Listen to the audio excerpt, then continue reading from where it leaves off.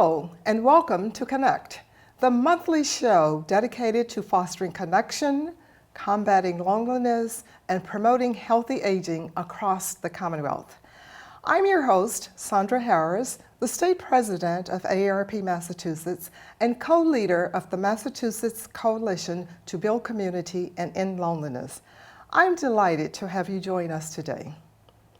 As the year comes to a close, December brings a mix of emotions for many people. While the holidays can be a time of joy, they can also be challenging, especially for those feeling lonely, dealing with loss, or navigating the cold, dark winter months. This season can amplify feelings of isolation, but it doesn't have to. Today's episode is all about strategies for finding connection and meaning during the holidays and overcoming the winter blues. To help us unpack this important topic, we're thrilled to welcome Dr. Christine Crawford, a board-certified psychiatrist and associate medical director of the National Alliance on Mental Illness. Dr. Crawford specializes in mental health and well-being and will guide us through strategies for managing these challenges. Welcome, Dr. Crawford, and thank you for being here. Oh, thanks so much for having me today.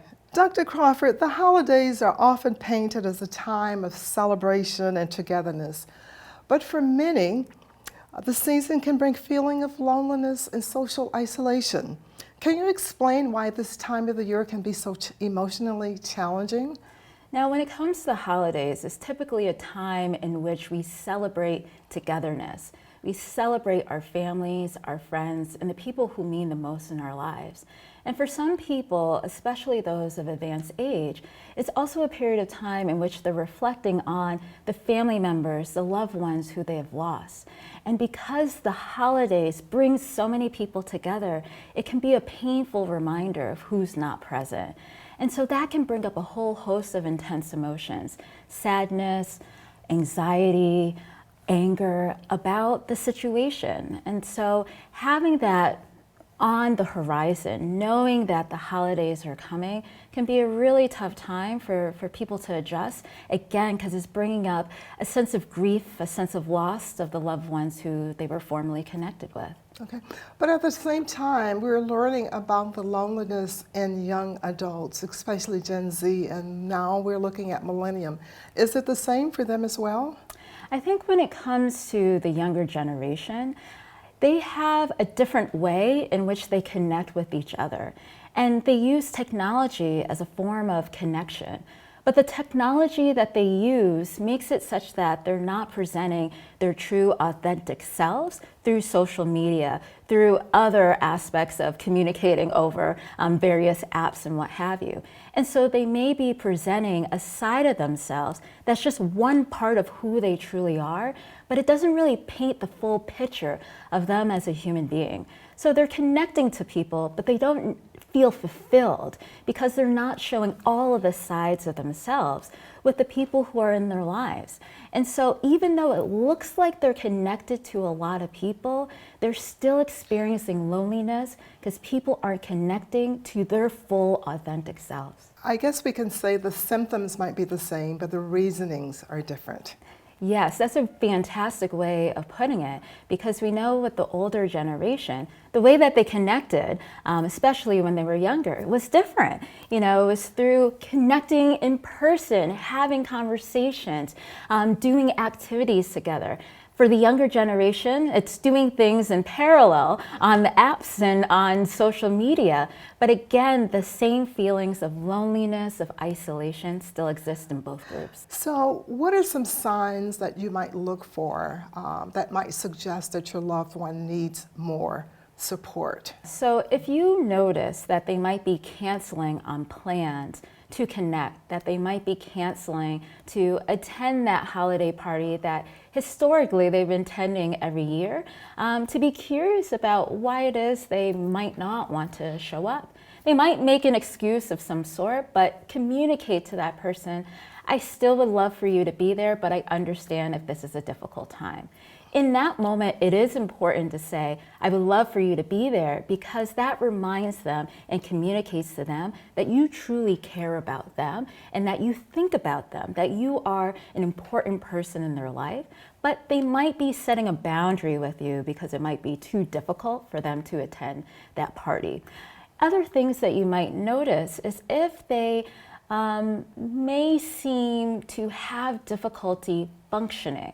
And what I mean by that is if you notice that they might be making mistakes, they might be a little bit more forgetful, you're noticing that they seem a little bit tired or that their appetite is off, their body isn't functioning properly. And also when I talk about functioning is how are they doing at work? How are they doing talking to other people? So that's looking at occupational functioning, social functioning. So if you notice that things are deteriorating in those domains, functioning in terms of their physical well-being, their occupational well-being, and their social well-being, then that are some signals that things might not be going so well. Is it more than just the holiday blues? Yeah, sometimes what will happen is that loved ones may notice a change in the pattern of the behavior of the person who might be experiencing loneliness.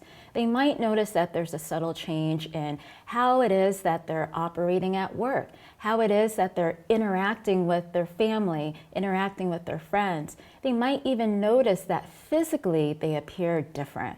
And so if you notice these subtle changes in any pattern of their behavior, be curious about what's behind that, rather than making assumptions and just saying, oh, they must be stressed about the holidays and planning and all this.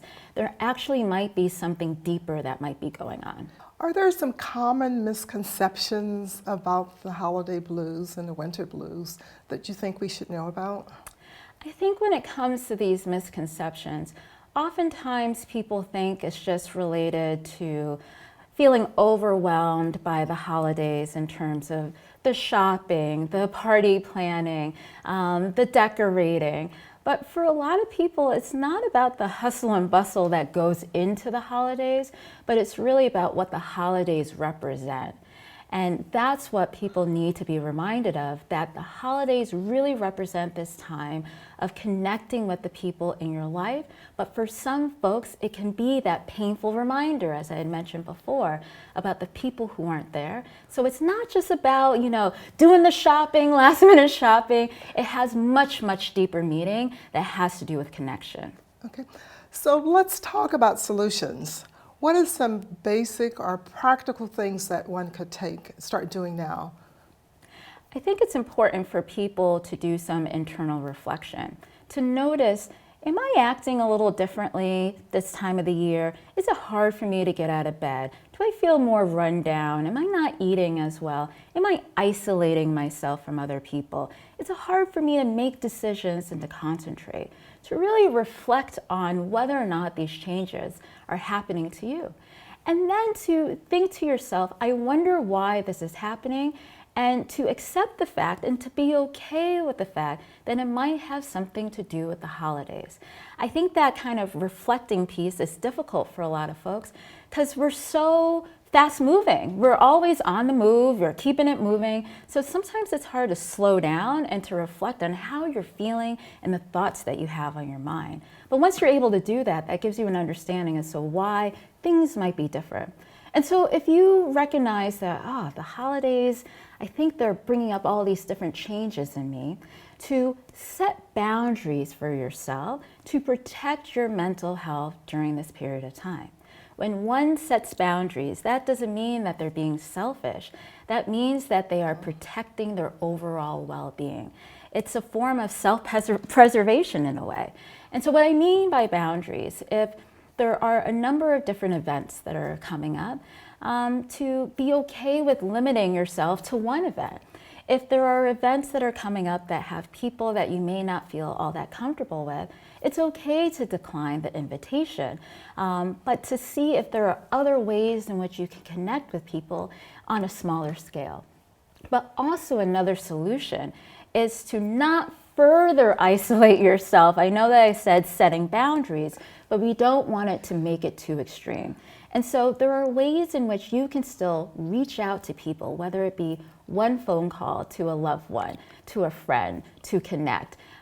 It's still important, even if it's not on the big scale, but setting boundaries, being proactive in terms of outreach on a smaller scale, I think those are really helpful things to do in addition to the self-reflection piece. Sure. So we've just talked about self-care, right? But what can I do if I detect these kinds of symptoms in a loved one? What are some simple things that I can do? Yes. So a lot of experts talk about the importance of physical activity. And it actually is very, very important because we know that when you are moving your body, when you are activating your muscles, you're actually releasing hormones that make you feel better. And a lot of people forget the fact that the body naturally produces neurotransmitters that makes us feel less sad, that makes us feel less anxious. But we're able to really activate the release of all of those feel-good neurotransmitters and hormones when we move our bodies. So what that can look like is to take a walk around the block every day, to walk around the mall, and to do that consistently. Any type of movement can really make it such that your mood doesn't fall down to the bottom of the floor during this really difficult time. It's one way in which you can build resiliency and protect yourself such that your mood doesn't really hit to the bottom of the floor. In addition to moving, I think it's also important to maintain certain routines. You know, during this period of time, when there's a lot of things going on, a lot of different activities, our routines can fall off. And so our sleep schedule might be off, or our sleep schedule is off because we're overthinking things, right? And so it's important to maintain your routines around sleep, around eating, and then in part of the routines, incorporate the physical activity too, to just make your body feel overall good. Okay. We've all learned the benefits of good social health and staying connected with others, not just during the holidays, but every day. But for some of us, that's really, really hard to do. I know there are many people who might be watching today who are having difficulties making connections.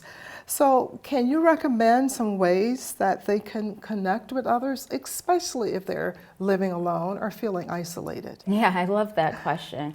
I think first and foremost, people need to recognize that this is essential to your overall health.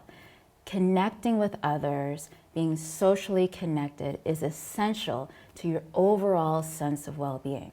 So once you understand that and appreciate that fact, hopefully it will motivate one to continue to make those connections, to be consistent in seeking out social connections. So that's first and foremost. The next thing is to schedule it into your overall routine, whether that's scheduling one phone call a week, 2 phone calls a week, whatever goal that you set for yourself, to be proactive in terms of reaching out to people and to do that consistently is so important. So if that is making a pact with your neighbor or with your friend, every Sunday at 1 o'clock, we're going to play checkers. Whatever it is, just build it into your schedule, and it can just be an hour, just an hour. And it's amazing how good you'll feel after that, because again, connecting with people is essential to your health because it allows your brain to be active in ways that it might not typically be active when you're alone. And when you're alone for a while, certain parts of your brain are continuously being activated, but other parts are being neglected. So reaching out to someone once a week will activate that part of the brain that might typically be disengaged when you're by yourself. And so if we think about it from a biological and physiological standpoint about the importance of connection, I hope that people feel motivated to build it into their schedule. Okay. Dr. Crawford, we often think in terms of good health, and we have in the past defined good health as good physical health or good mental health. Are we missing anything there?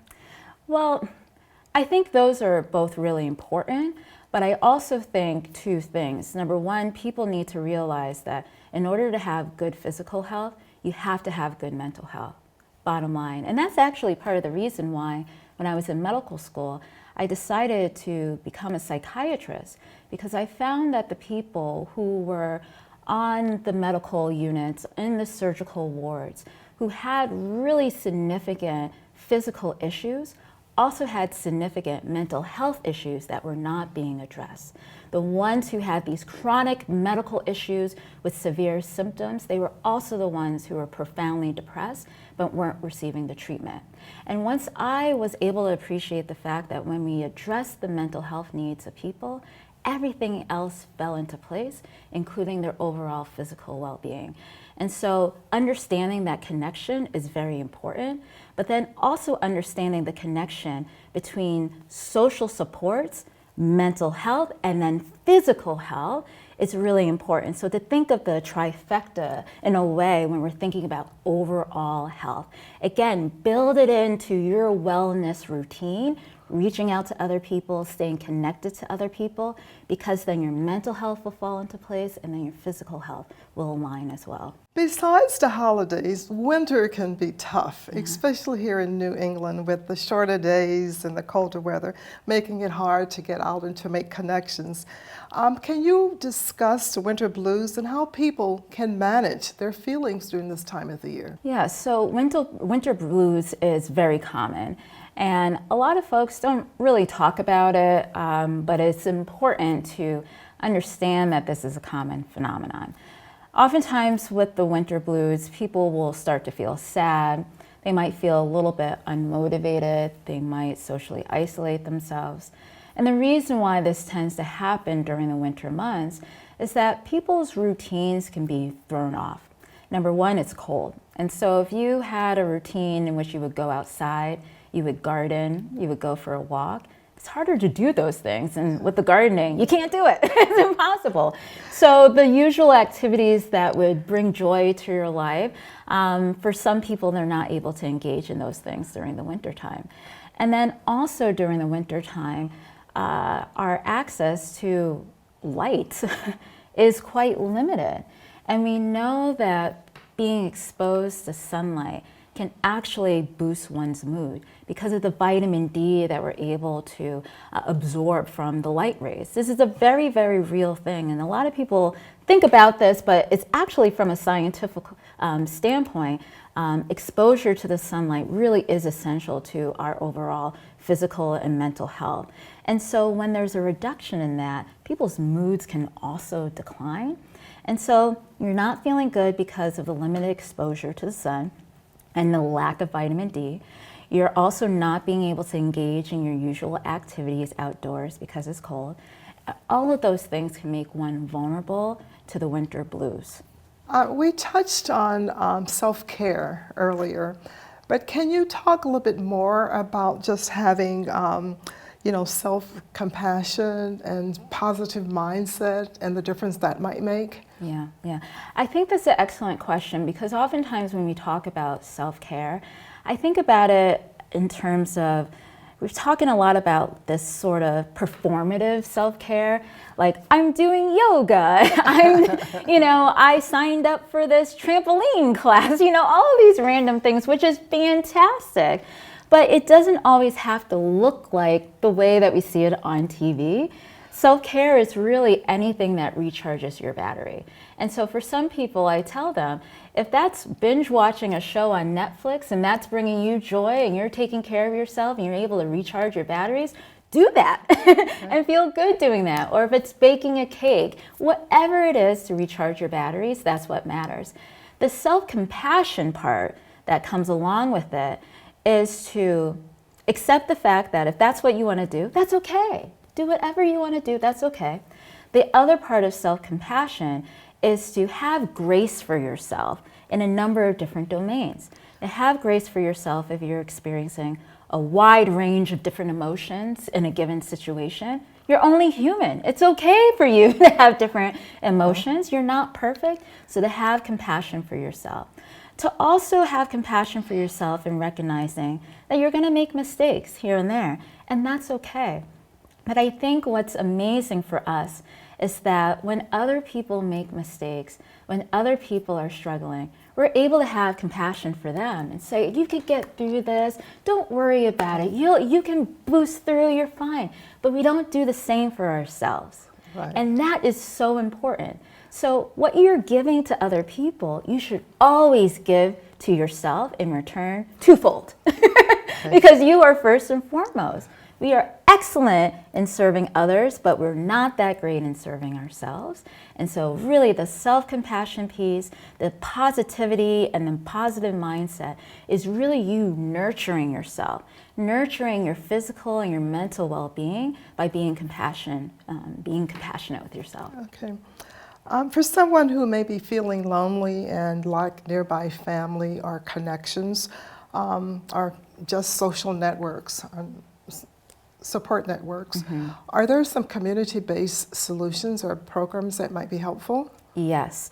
So I think that being a volunteer is amazing because it's an opportunity for you to be around other people and to serve other people. And what we know is that when people perform acts of service, they feel good. And then when you're around other people who are doing the same, who are also enjoying the work that they're doing, that can bring joy to your life as well. Right. So whether it's volunteering at a library, at a hospital, anywhere, I do think that signing up for a volunteer shift a couple of times a month can be really helpful. I also recommend that people look into support groups. Through the National Alliance on Mental Illness, we have over 630 affiliates across the entire country. And so these are groups in your community that have in-person and virtual support groups that talk about how to take care of your mental health, but also to teach you on how to take care of the mental health of other people in your life so that everyone in your community is well. So I recommend that people go to NAMI.org, that's NAMI.org, to learn about local support groups. And then also, as a lot of people who might be watching, might appreciate how faith-based communities and connecting to folks who are in that community can be really helpful. And so if religion has been a part of your life for many years and you stepped away from it, it's okay to return back, especially when it comes to the social benefits of it. And that's for free. So I think those are some things that people can do. Let's go back to technology. Just sharing a meal or an activity over Zoom or FaceTime, does that have the same social health benefits as being in person? I would say yes. Yes, in person is always preferred, but if we're doing something live, that can be meaningful. And the reason why doing something live, whether it's in person or over Zoom, is that the back and forth that typically happens in terms of reading someone's body language, their facial expressions, them reading you as well, that can be truly beneficial because the person on the other side of the screen might be able to notice subtle changes in your facial expressions, how it is that you're communicating, if there are certain delays in your responses. Rather than, say, if you're texting, you can't fully appreciate all those little nuances.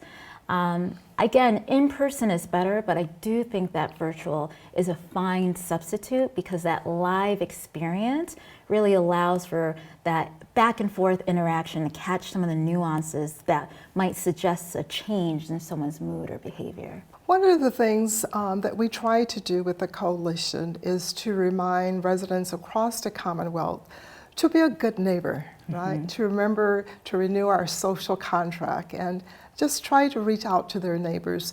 So what recommendation would you have for neighbors who know or have neighbors who are living nearby, who are lonely? What are some things that they can do to create a more connected community? Yeah, this could be tricky because there are some people who have neighbors that they might not have ever connected with, and so it might feel a little strange to start from scratch. But I think it's fine to start whenever because it's important. And so what that could look like is you kind of visualizing all of these interactions in a way that you're planting seeds with the other person. So what that will actually look like is maybe if you see them pulling out of their car, you're getting out of your car at the same time, you're looking over at them in the driveway, to say hi and to ask them, how are you? But when you ask the question, to actually mean it and to actually convey a sense of curiosity and interest in them actually telling you how you're doing. The other part to that is for you to be vulnerable with the other person. It's that vulnerability that really fosters connection, right? Because we're so used to being superficial with our highs and goodbyes, but when one is vulnerable with us, it's hard to escape that connection. We're like, ooh, we're kind of stuck here. We have to navigate this a little bit. So in these hi, how you doing, all this stuff, to add a whole nother layer of vulnerability, and maybe they might be vulnerable with you. Now, they might kind of dismiss you and keep it moving, but if you do that consistently, you're planting these seeds and you're watering the seeds as you're engaging in all of these interactions in a consistent basis. And then who knows, it might actually bloom into something in which they come over and knock on your door and talk about an issue that they're having. Or when you ask them, how are you doing? They might actually open up because now they have a sense of trust. Now they know that they can actually be vulnerable with you and trust you with that information. So it might not work out at the beginning, but what you are communicating to that person with every single interaction is that, again, I think about you, I care about you, I want to look after you, and I'm here whenever you want me. So it's the small things that really matter. So it's plant, water, and nurture. Oh, I like that, yes. Good. This has been wonderful, Dr. Crawford.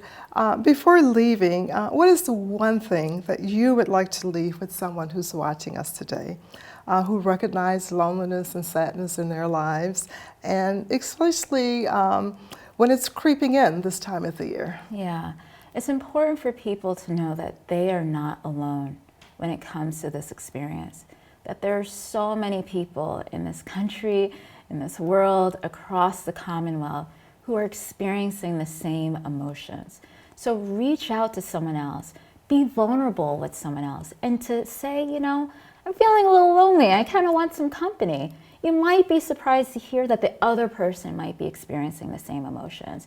So it's so important for people to know they are not alone, and there are things that you can do, and it's essential to do these things because it's essential to your overall health and well-being.